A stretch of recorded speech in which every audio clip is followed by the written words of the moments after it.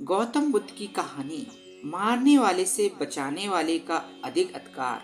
एक दिन राजकुमार सिद्धार्थ अपने चचेरे भाई देवदत्त के साथ बाग में घूमने के लिए गए। जहाँ सिद्धार्थ कोमल हृदय का बालक था, वहीं देवदत्त झगड़ालू व कठोर हृदय का स्वभाव था। सिद्धार्थ की सभी प्रशंसा करते थे, देवदत्त की प्रशंसा कोई नहीं करता था। इसलिए देवदत्त मन ही मन सिद्धार्थ से जलता था। जहां वे दोनों घूम रहे थे, उनसे थोड़ी दूर पर एक हंस उड़ रहा था। उस हंस को देखकर सिद्धार्थ बहुत प्रसन्न हो रहा था। तभी देवदत्त ने कमान पर तीर चढ़ाया और हंस की ओर छोड़ दिया। तीर सीधा जाकर हंस को लगा। वह घायल हो गया और झटपटा कर नीचे गिर पड़ा। सिद्धार्थ ने दौड़कर उस घायल हंस को उठाया। उसने हंस के घायल शरीर से बह रहे लहू को साफ किया और उसे पानी पिलाया। तभी देवदत्त वहां आ पहुंचा।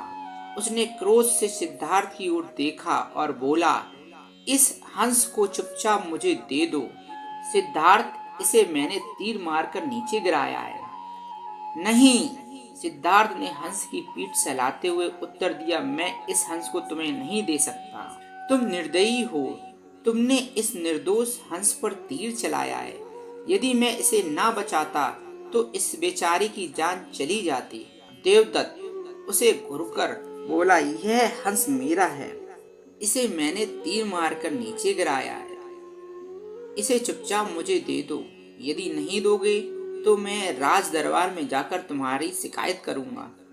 सिद्धार्थ ने उसे हंस देने से साफ मना कर दिया। देवदत्त राजा शुद्धोधन के दरबार में जा पहुंचा और सिद्धार्थ की शिकायत की। शुद्धोधन ने उसकी शिकायत को ध्यानपूर्वक सुना, फिर सिद्धार्थ को बुलाया। कुछ ही देर में सिद्धार्थ हंस को लेकर राज दरबार में उपस्थित हो गया। राज दरबार के ऊंचे सिंहासन पर राजा शुद्धोधन बैठे थे।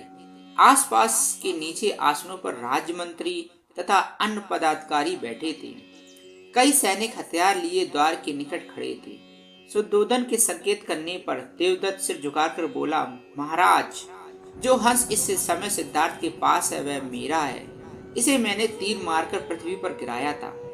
सिद्धार्थ ने इसे उठाकर इस पर अपना अधिकार कर लिया है। यह हंस मेरा है। कृपया इसे मुझे दिलाया जाए। राजा शुद्धोधन ने सिद्धार्थ की ओर देखा और बोलने की ओर संकेत दिया। सिद्धार्थ ने सिर झुकाकर शांत स्वर में कहा, महाराज, यह हंस निर्दोष है। यह बिना किसी को कोई कष्ट दिए उड़ा जा रहा था। देवदत्त ने इसे तीर मारकर घायल कर दिया। मैंने इसका उपचार किया है, इसके प्राण बचाए हैं।